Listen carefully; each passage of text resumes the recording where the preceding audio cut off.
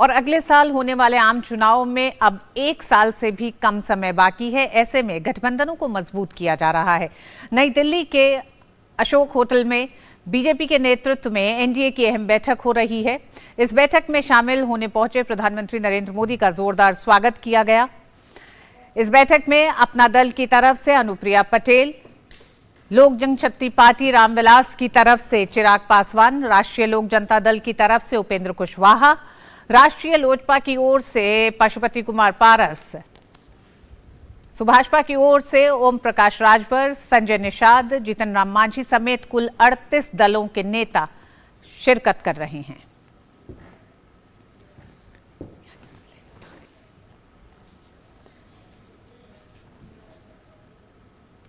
तो वहीं बेंगलुरु में विपक्षी एकता में आई 26 पार्टियों ने पहला पड़ाव इस गठबंधन का नामकरण इंडिया देकर महाराष्ट्र में अगली बैठक का ऐलान किया है। महाराष्ट्र में तय हो गया इंडिया के संयोजक का नाम, जिसके लिए 11 सदस्यों की एक समिति गठित की गई है। सत्ता पक्ष के साथ ही विपक्षी गठबंधन भी लोकसभा चुनाव के लिए अपनी रणनीति को अंतिम रूप देने में जुट गया है। बेंगलुरु में विपक्ष की 2 दिन की बैठक मंगलवार को समाप्त हो गई है। इस महा बैठक में करीब 26 पार्टियां शामिल हुई हैं। This Indian National Development Inclusive Alliance. Once again, I will repeat: Indian National Developmental Inclusive Alliance. This is the name we have given. There is lot of meaning in this, and I hope everybody will see this. बैठक में शामिल दलों ने बैठक में एक समन्वय समिति बनाने का भी फैसला किया। मुंबई में होने वाली महागठबंधन की अगली बैठक में 11 सदस्यों की समन्वय समिति के सदस्यों के नामों का फैसला हो जाएगा। अगली बैठक में ही संयोजक का नाम भी तय होगा। बीजेपी ने विपक्ष की बैठक पर करारा वार किया है। इनका जो आइडिया ऑफ इंडिया है वो कुशासन का है, करप्शन का है, कम्युनलिज्म का है। नरेंद्र मोदी जी का जो आइडिया ऑफ इंडिया है वो सुशासन का है, समृद्धि का है, समावेशी विकास का है। ये फर्क है। और कभी भी ये देश जो है, ये कितना भी कहते रहे, चाहे ये अकेले जो है वो नरेंद्र मोदी जी को हराने के की सनक लेके चले, और चाहे अखाड़े में सब मिल करके नरेंद्र मोदी जी को गिराने की सनक लेके चले, ना अकेले ये हरा पाएंगे, ना अखाड़े में ये मिलकर भी गिरा पाएंगे। ये लोग राष्ट्र के लिए नहीं इकट्ठे हो रहे हैं, ये सब अपने खानदान की रक्षा के लिए, अपने खानदान के वर्चस्व को बनाए रखने के लिए इकट्ठे हो रहे हैं। इन्हीं गठबंधन के लोगों ने 2004 से 2014 तक देश का क्या हाल किया था। जो देश ने तंज झेला है, सीमा पर सैनिकों का अपमान, देश के अंदर बढ़ती हुई तेज गति से महंगाई, तो इसीलिए देश जानता है अब ये लोग देश के लिए इकट्ठे नहीं हो रहे हैं। लोकतंत्र और संविधान, लोकतंत्र और संविधान, कौन लोकतंत्र की दुहाई दे रहा है? कांग्रेस अपनी गिरबान में झांके। बैठक में भले ही तमाम विपक्षी दल इकट्ठा हुए, लेकिन सवाल फिर यही कि ये सभी विपक्षी दल कैसे एक साथ आएंगे। सवाल ये कि लेफ्ट और ममता कैसे एक साथ कांग्रेस के साथ चलेंगे। सवाल ये भी कि पटना में गठबंधन की कमान नीतीश के पास थी, लेकिन अब कमान फिर से कांग्रेस पार्टी के हाथ में है। वहीं तमाम दलों ने इस गठबंधन से दूरी बना ली है। इसमें केसीआर, नवीन पटनायक, जगन मोहन रेड्डी और मायावती जैसे बड़े नेता शामिल हैं। सवाल ये है कि जो दल तमाम राज्यों में एक दूसरे से ही लड़ रहे हैं, वो कैसे एकजुट होकर जनता के सामने जाएंगे। बेंगलुरु से आयशा खानम के साथ ब्यूरो रिपोर्ट, डीडी न्यूज। और इस बैठक से पहले सुबह कार्यक्रम में पीएम मोदी ने विपक्षी दलों पर जोरदार हमला बोला। पीएम ने कहा कि भ्रष्टाचार की इस दुकान में जुटे ये सभी दल परिवारवाद के कट्टर समर्थक हैं। न खाता न बही, जो परिवार कहे वही सही। एक जमाने में एक गाना बहुत मशहूर था, मुझे तो पूरा याद नहीं है, लेकिन मुझे याद आ रहा है। एक चेहरे पर कई चेहरे लगा लेते हैं लोग, एक चेहरे पर कई चेहरे लगा लेते हैं लोग। आप देखिए ये लोग कितने चेहरे लगाकर बैठे हैं। जब ये लोग कैमरे के सामने एक फ्रेम में आ जाते हैं तो पहला विचार देश के सामने क्या आता है? पहला विचार देश के लोगों के मन में यही आता है, पूरा फ्रेम देख करके देशवासी यही बोल उठता है, लाखों करोड़ों रुपए का भ्रष्टाचार।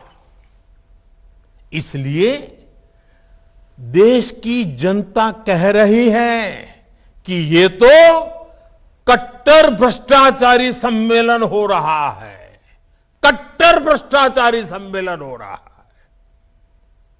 ये लोग गा कुछ और रहे हैं, हाल कुछ और है, इन्होंने लेबल कुछ और लगाया हुआ है, माल कुछ और है।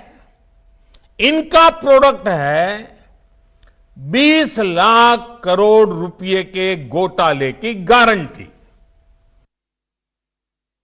इस बैठक की एक और खास बात है, अगर कोई करोड़ों के घोटाले में जमानत पर है तो उसे बहुत सम्मान की नजर से देखा जाता है।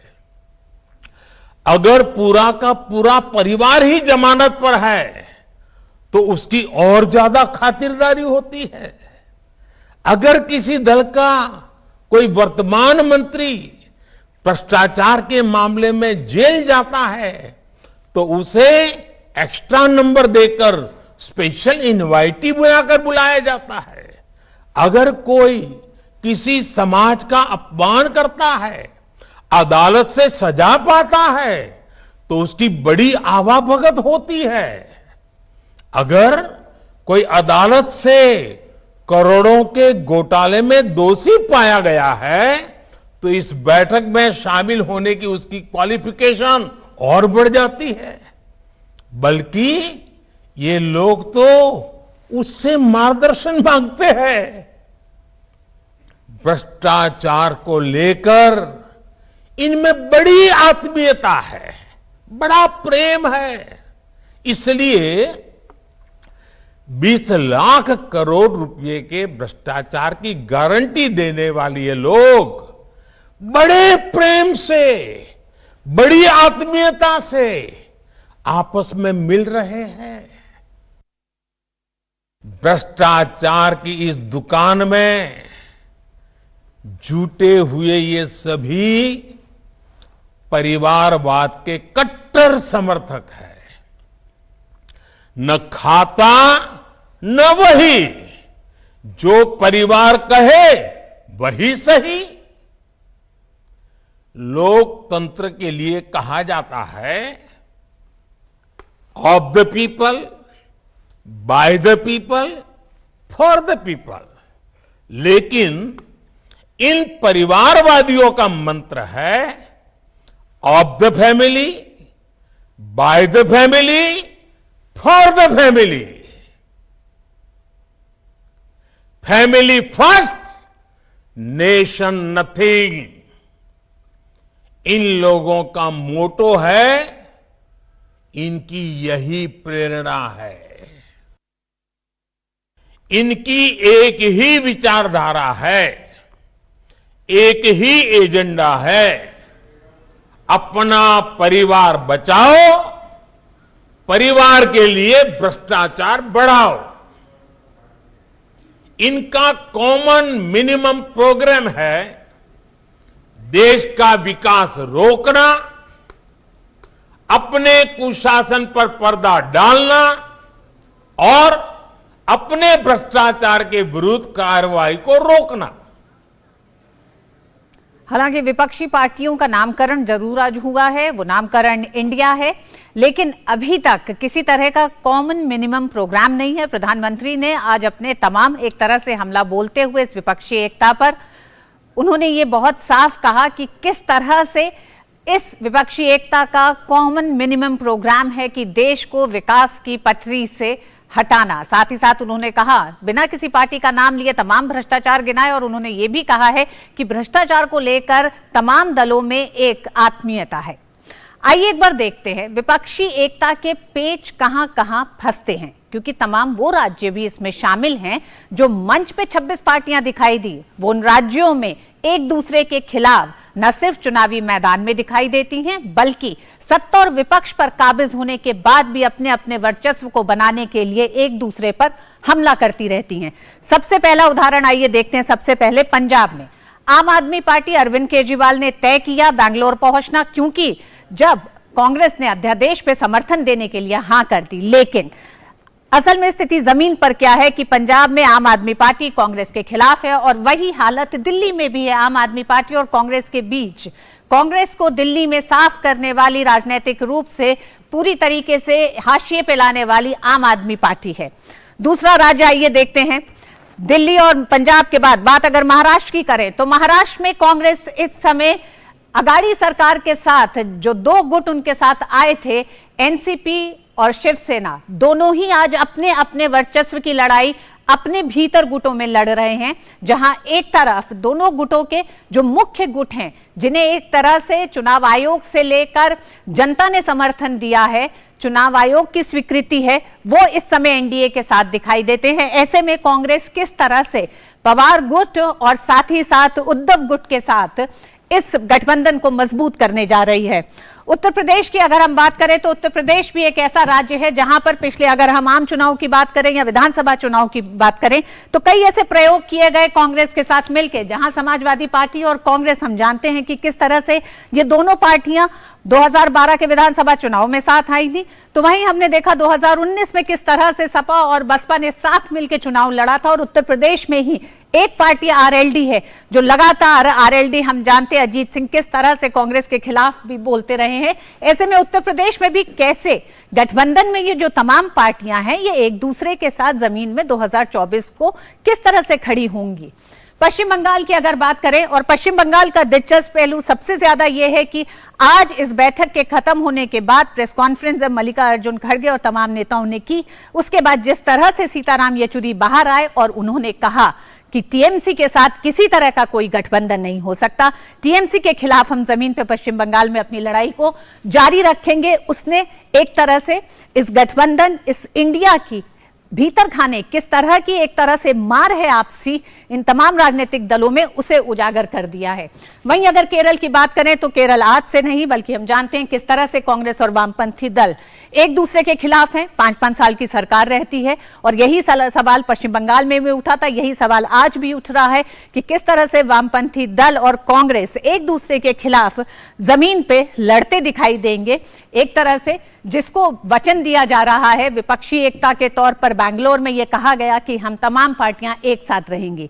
विपक्ष की बैठक के बाद जो कई और सवाल बड़े उठे हैं, क्योंकि नाम आज रख लिया गया है इंडिया को भी लेके तमाम सवाल उठाए जा रहे हैं, उस पर भी हम करेंगे चर्चा। लेकिन जो अन्य कई बात है, नाम तय, लेकिन आखिर नेता कौन? नेता को लेकर अभी तक 2 बैठकों में कुछ तय नहीं हुआ है, संयोजक का नाम भी तय नहीं है। महाराष्ट्र में अगली बैठक होनी है, उम्मीद की जा रही है उसमें कुछ दिखाई देगा। लेकिन आज प्रेस कॉन्फ्रेंस के मंच में ही कई सवाल उठते हैं, आखिर नीतीश कुमार क्यों नहीं थे साझा प्रेस कॉन्फ्रेंस में? साथ ही साथ लालू यादव भी नहीं थे प्रेस कॉन्फ्रेंस में। क्या दोनों बैठक से नाराज हैं? ये कई ऐसे सवाल, वो तमाम तस्वीरें उठा रही हैं जब मंच पे सभी नेता मौजूद थे। सीट समझौते को लेकर कौन कितना समझौता करने के लिए तैयार है, कौन कौन से प्रमुख दल हैं गठबंधन से बाहर, आइए उन्हें भी देख लेते हैं। क्योंकि ये बात की जा रही है कि अब समय नहीं है तटस्थता का, ये विपक्षी एकता की तरफ से कहा गया है, लेकिन अभी भी कुछ दलों ने दूरी बना के रखी है अपने साथ। और इसी पे आज हमारी चर्चा भी है। हमारा विशेष है एनडीए और विपक्षी एकता, किसका कुनबा बड़ा? किसका कुनबा बड़ा है, इस पर हम करेंगे चर्चा। क्योंकि आज बैंगलोर से लेकर दिल्ली तक, जहां बैंगलोर में एक तरफ विपक्षी एकता की एक पूरी न सिर्फ ताकत दिखाई है तमाम 26 पार्टियों ने, साथ ही साथ वहीं दिल्ली में भी एनडीए के 38 सहयोगी दल कर रहे हैं बैठक। और हमारी चर्चा में शामिल होने के लिए हमारे साथ मेहमान जुड़ गए हैं। अनिला सिंह, प्रवक्ता भारतीय जनता पार्टी, गरिमा दसौनी कांग्रेस की लीडर हैं, साथ ही हमारे साथ हेमराज राम हैं, प्रवक्ता जेडीयू, हमारे साथ प्रोफेसर सुधीर सिंह हैं, पॉलिटिकल एनालिस्ट। सबसे पहले गरिमा जी आप ही के पास आना चाहेंगे और जानना चाहेंगे कि यूपीए ने 10 साल 2004 से लेकर 2014 तक सत्ता पर काबिज रही। आखिर जब आज 2024 की चुनौती 10 साल के बाद देने की कोशिश की कांग्रेस ने, तो कांग्रेस को क्यों उस यूपीए के साथ नहीं जाना पड़ा और एक नया नाम ढूंढने के लिए निकलना पड़ा और निकला इंडिया? यूपीए से डर क्या था? क्या यूपीए उन तमाम घोटालों की याद दिला रहा है? नाम बदलने की जरूरत क्यों पड़ी? देखिए, 2004 की बात आपने करी। 2004 से आज 24 तक आते आते गंगा में बहुत पानी बह चुका है। ऐसे में मुझे लगता है कि मेरे नेताओं ने बिल्कुल सटीक तरीके से भाजपा को उन्हीं की भाषा में जवाब दिया है। Startup India, shining India, stand up India, खूब इंडिया इंडिया तो करा इन्होंने, लेकिन देश को रसातल पर किस तरह से ले गए वो सबने देखा। प्रधानमंत्री जी के भाषण आपने सुनाया, आपका साधुवाद। जरा भाषण पर अगर मैं गौर करूं, गरिमा जी, यूपीए का यूनाइटेड प्रोग्रेसिव अलायंस को आपको India national democratic inclusive alliance करना पड़ा। आप कह रही हैं इसलिए इंडिया का नाम आप लोगों ने चुना है। तो यूपीए, इसका मतलब आप लोग जब गठबंधन दलों को साथ लेके आए तो यूपीए एक गलत नाम था, आपको लगा ना आज कि भारत के लिए वो नाम सही नहीं था आपका, इसलिए आपने बीजेपी जो इंडिया नाम इस्तेमाल कर रही थी, आपको लगा कि अब इससे शायद हम जीत सकते हैं तो हम इंडिया नाम रखते हैं। क्या ये तर्क है? आपको मैं करेक्ट कर दूं, Indian National Developmental Inclusive Alliance. जी, तो बिल्कुल, क्योंकि हम विकासवादी सोच को आगे बढ़ाना चाहते हैं। जो विकास को रसातल पर ये लेकर चले गए एनडीए, उसको हम आगे लाना चाहते हैं। आपको क्या लगता है मोदी सरकार अपने आप में सक्षम नहीं है, जो अब दाएं बाएं घूम रही है, दलों को जोड़ने की कोशिश कर रही है? और दल भी कौन से? 38 में से 26 नॉर्थ ईस्ट के दल, जिनके पास 8 सांसद हैं, उनको आप जोड़ रहे हैं अपने साथ। आप ऐसे लोगों को जोड़ रहे हैं जो सिंगल मैन आर्मी है। देखिए, हम ये भी देखेंगे ना कि एनडीए की 16 राज्यों में सरकार है।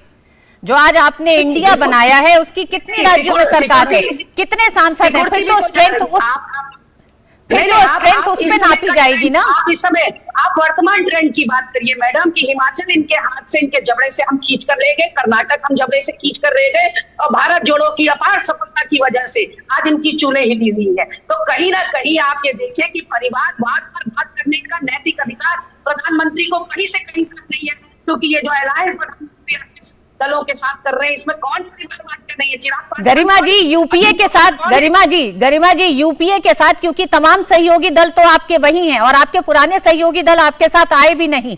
बीएसपी ने अपने आप को क्यों आपसे दूर रखा? बीएसपी आपके संस्थापक दलों में से है, यूपीए के शुरुआत से आपके साथ रहा, उसने अपने आप को क्यों दूर रखा? क्या यूपीए के नाम को आगे न ले जाने के पीछे कारण यह है कि जनता को एक बार फिर याद आएगा कि 10 साल के भ्रष्टाचार तमाम क्या थे? आप मुझे एक चीज बता दीजिए, जो भ्रष्टाचार के आरोप लगे, कॉन्विक्ट कौन हुआ? जितने आरोप भाजपा ने 10 सालों के लगाए, कॉन्विक्ट बताइए कौन है? और उन्हीं लोगों को जिन पर आरोप लगाए अपनी गोद में बैठाने का काम इन 9 सालों में किसने किया? 14 से 19 के बीच में जिन पर आरोप लगाया करते थे, वो बीजेपी की वॉशिंग मशीन धुल गए और आज वो भाजपा के कुंभ में शामिल होकर बिल्कुल साफ हो गए, बिल्कुल संत महात्मा हो गए। ऐसे में मैं बताना चाहती हूँ, व्हाट्स इन द नेम? आप नाम के पीछे क्यों पड़ी? That is our headache, that is none of ours business. ये किसी का बिजनेस नहीं है कि हम अपने संगठन का नाम क्या रखते हैं, वो हमारा हेडेक है। जो आपने इससे पहले रिपोर्ट में हमारे हर जी का समीकरण बताया, वो भी किसी का हेडेक नहीं है। हम उन समीकरणों को कैसे साधते हैं, ये कांग्रेस की और उनके घटक दलों की जिम्मेदारी है। किस तरह से समन्वय बनाते हैं, ये विचारधारा की लड़ाई है। अनिला जी, यूपीए को भूल के इंडिया को रखना, क्या इसके पीछे लगता है कि यूपीए के साथ जो तमाम भ्रष्टाचार, घोटाले और तमाम वो विवाद जुड़े, उन विवादों को जनता को याद ना दिला के इंडिया रखा जाए? साथ ही साथ कांग्रेस का लगातार ये भी कहना है कि भारतीय जनता पार्टी इस पूरे एक तरह से इस इंडिया के समूह से घबरा गई है, तो उसने 38 गुट ऐसे इकट्ठे किए जिनमें से कुछ गुटों के ना तो कोई सांसद है ना उनकी चर्चा है और रजिस्टर्ड भी नहीं है। मेरी सबको राम राम। और मैडम जरा शांत रख लीजिए, क्या ऐसा आप घोट के पी कर आई? आपके बीच में बिल्कुल नहीं बोल रही। अनिला जी आराम से, अनिला जी सवाल का जवाब दें बस। चिंता तो आप लोग अपने INDIA की करिए। इंडिया तो बोलना ही नहीं चाहिए इनको, INDIA बोलना चाहिए। और ये वो लोग हैं, मुंह में राम बगल में छुरी, ये जो ठगबंधन इकट्ठा हुआ है बेंगलुरु में, मुंह में राम बगल में छुरी वाला हिसाब किताब है। या बहुत दूर मत जाइए, दिल्ली में पालिका में बहुत सारी ऐसी दुकानें मिलेंगी जहां पे फेक जो लग्जरी ब्रांड्स हैं, बढ़िया ब्रांड्स हैं, उनका सामान मिलता है। कोई गुची का मिलेगा, कोई लुई वुइटन का मिलेगा, कोई कुछ मिलेगा। यानी 2 लाख की चीज आप जो है 2000 में ले जाइए। तो ये जो ठगबंधन है ना, जो अपना धोखेबाजी दिखाना चाहते हैं, INDIA नाम रख के कि भैया हम जब ये INDIA कहें तो लोग जो है इंडिया यानी कि एक भावनाएं, अरे भावनाएं आए क्या? कौन सी भावनाओं की बात कर रहे हैं? 20 लाख करोड़ से ज्यादा के घोटाले करने वाले सारे राजनीतिक दल इकट्ठा हो गए हैं और जो उसकी पहल कर रहे हैं बेंगलुरु में बैठकर, वो खुद बेल पर बाहर घूम रहे हैं। लालू यादव, तेजस्वी यादव चार्जशीट हो चुके हैं। किस किस के घोटाले, कितने कितने घोटाले गिनवाऊं? मेरे पास तो इतना समय भी आप नहीं देंगी जब मैं घोटालों का चार्ट लेकर यहाँ पर बैठ जाऊंगी। ये देश के लिए काम करेंगे? INDIA रखने से क्या कोई फीलिंग्स, कोई इमोशंस, कोई भावनाएं जागृत कराने का जो ये फेक पिक्चर पोर्ट्रे कर रहे हैं, ये राहुल गांधी से लेकर मणिशेखर अय्यर से लेकर इनके कितने नेता जो हैं विदेशी भूमि पर जाकर हमारे भारत का अपमान करते हैं, परंतु इनके दिल में भारत का कोई सम्मान है ही नहीं। ऐसे लोग जो कहते हैं हिंदू, यानी राहुल गांधी ऐसे कहते हैं हिंदू और हिंदुत्ववादियों को तो भगाना है, इस देश से भगाना है। भगवान श्री राम का मंदिर बनना चाहिए, इसकी लड़ाई हमने लड़ी। ये तो अड़चन दीवार बनकर खड़े रहे हमेशा। ये भाषण का मंच थोड़ी है, आप टॉपिक पे केंद्रित रहिए ना। ये भाषण का मंच है क्या? अनिला जी कांग्रेस का कहना है भाषण का मंच थोड़ी है यहाँ ऑडियंस भाषण दे रही है आपको, आप मुद्दे पे केंद्रित रहिए ना। तो तलाक हटाने की बात हुई तो ये अड़कर खड़े हो गए। जब भी आप किसी राष्ट्र हित का कार्य करेंगे तो ये लोग अड़कर खड़े हो जाते हैं। इनकी आइडियोलॉजी, मुझे 5 सेकंड दीजिएगा। कॉमन मिनिमम प्रोग्राम क्या है इन लोगों का? कि भाई परिवारवाद, भ्रष्टाचारवाद, आतंकवाद, अपराधवाद, तुष्टिकरणवाद, मनमानीवाद, चाटुकारवाद। हमारे साथ प्रोफेसर सुधीर सिंह भी है। अनिला जी, सुधीर सिंह भी हमारे साथ जुड़े हुए हैं।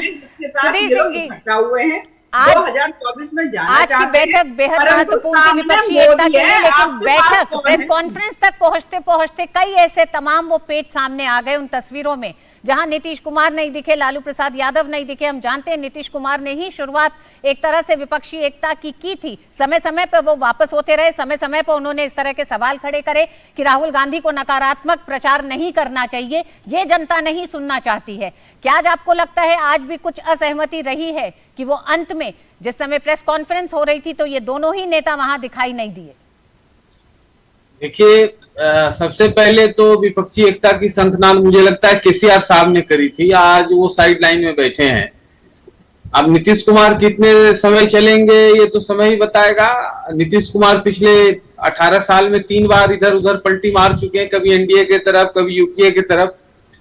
लेकिन मूल सवाल ये नहीं है कि नीतीश कुमार एब्सेंट रहे या लालू यादव जी एब्सेंट रहे या ममता जी के क्या बोली। मूल सवाल ये है कि जनता विपक्ष की एकता को क्यों वोट करे, क्या नीति है, क्या कार्यक्रम है, क्या जनता के विकास की रूपरेखा है। भारत आज बदल गया है। भारत आज 1960 का भारत नहीं है, ये 2023 का भारत है। लोगों की आकांक्षाएं बदल गई हैं, मानक विकास के बदल गए हैं। ये सारे चीज प्रतिबिंबित होंगे जनता के विचार में जब जनता 2024 का मत देगी। आप ये ना भूलें कि जो लोकसभा का चुनाव है वो राष्ट्रीय नेतृत्व पर होता है। तो नरेंद्र मोदी जी के सामने विपक्ष का कौन उम्मीदवार है, वो छिपाने से काम नहीं चलेगा, वो इनको खोलना पड़ेगा। और मुख्य लड़ाई इनकी ये है। एक सवाल तो ये है। दूसरी सवाल है कि मान लीजिए दिल्ली में 7 सीट पर केजरीवाल जी 2 कांग्रेस को दे दें, तो क्या कांग्रेस के वोट केजरीवाल को शिफ्ट होंगे, केजरीवाल के वोट कांग्रेस को शिफ्ट होंगे? इसी तरह से ममता जी अगर 5 सीट कांग्रेस को, 3 सीट लेफ्ट को देती हैं, तो क्या वो वोट एक दूसरे को ट्रांसफर होंगे? इतिहास गवाह है कि जब 2019 में बीएसपी और एसपी ने उत्तर प्रदेश में अलायंस किया तो बीएसपी के वोट तो सपा को ट्रांसफर हो गए, लेकिन सपा के वोट बीएसपी को ट्रांसफर नहीं। तो लंबे वक्त तक अभी बंगाल में चुनाव हुआ है, किस तरह से खून खराबा हुआ है। पंचायत के चुनाव में इतने इतने लोग मारे गए, तो फिर वही दल आपस में एक होंगे। अब केरल की कल्पना करिए, केरल कम्युनिस्ट की, पार्टी पश्चिम और बंगाल कांग्रेस की, इतने पश्चिम साल से लड़ बंगाल के रही है। पंचायत चुनाव के बाद जिस तरह से हिंसा हुई है उस पर कांग्रेस लगातार सवाल उठा रही थी। अधीर रंजन चौधरी ने बहुत साफ कहा कि किस तरह से टीएमसी के कार्यकर्ताओं ने कांग्रेस के कार्यकर्ताओं के साथ हिंसा की है, उसमें कितनी ही जाने गई हैं, तमाम वो सवाल हैं। लेकिन क्या विपक्षी एकता के इस मंच पे उन सवालों को दरकिनार करके ये तमाम लोग हाथ मिला लेंगे? हमारे साथ हिमराज जी भी, मैं बताती हूँ जवाब आपको, मैं जवाब दूं। गरिमा जी आपके पास आ रही हूँ, हमारे साथ जेडीयू से भी जुड़े हुए हैं, एक बार उनसे एक कमेंट ले लें। हिमराज जी, नीतीश कुमार नाराज हैं क्या? नाराजगी है कि प्रेस कॉन्फ्रेंस के समय दिखाई नहीं दिए, शुरुआत उनकी रही, लंबे समय तक वो ये बात करते रहे, वो कई मसलों पे राहुल गांधी से असहमत हैं, नेतृत्व को लेकर असहमत हैं, लेकिन क्या लगता है वो नाराजगी आज उन्होंने यहाँ पे इस मंच पे जाहिर कर दी? देखिए, किसी को कोई नाराजगी नहीं है, सभी लोग एकजुट हैं। पहली बैठक पटना में हुई और दूसरी बैठक बेंगलुरु में हुई। सभी लोगों ने दिल से दिल का मिलन कराया, दिल मिलाया, हाथ मिलाया, आगे की योजना बनाई। हिमराज जी, दिल मिलाने के लिए तो विपक्षी एकता की तमाम उन पार्टियों ने एक जिम्मेदारी नीतीश कुमार को दी थी। वो पहुंचे थे नवीन पटनायक के पास, वो नवीन पटनायक के पास पहुंचे थे बुलाने के लिए, न्योता देने के लिए। नवीन पटनायक नहीं तैयार हुए, मुहिम की आवाज नवीन पटनायक तैयार नहीं हुए। सभी विपक्षी एकता मुहिम की जो है, जो घटक दल है, सारे नेता एकजुट हैं और सभी की मंशा एक है, सभी की चाहत एक है, सभी का निशाना एक है। भारतीय जनता पार्टी चूंकि 9 साल से शासन में रही, अभी तो मैं सुन रहा था मैडम प्रवक्ता जो है बीजेपी के और जो जिनको आप राजनीतिक विश्लेषक के रूप में बना बैठे हैं, उन्हें भी मैंने सुना। तो विश्लेषक महोदय के ऊपर मैं ज्यादा टिप्पणी नहीं, मैं सिर्फ इतना कहना चाहता हूं कि उनकी बातों को सुनने से ऐसा लगा कि ये विश्लेषक के रूप में नहीं बल्कि एक पूरे भारतीय जनता पार्टी का जो लिखा हुआ है स्क्रिप्ट है उसी पर वो पूरा बोल रहा है। हिमराज जी, आप ये बताएं ना, नीतीश कुमार नवीन पटनायक को नहीं मना पाए ना, वो नहीं एक साथ लेके आ पाए ना, तो अब कोई जरूरी नहीं है कि जिससे हम बात करते हैं वो साथ है, जो साथ में रहा है। इस विपक्षी एकता के एजेंडे से आज हिमराज जी, विपक्षी एकता के एजेंडे से बहुत सारे ऐसे नेता असहमत हैं जिनकी ताकत उन तमाम दलों से कहीं बड़ी है, जो आपके साथ आज उस मंच पे बैठे हैं, सहमत है और आगे अपना जो काम है उसके ऊपर ईमानदारी से काम कर रहे हैं। सुधीर और जो सवाल जी, वो तमाम पार्टियां जो आज भी विपक्षी एकता के साथ नहीं दिखाई दे रही है, बीआरएस है, जेडीएस है, बीजेपी है, वाईएसआर कांग्रेस है, इनकी ताकत कांग्रेस से ज्यादा है अपने अपने तमाम राज्यों में।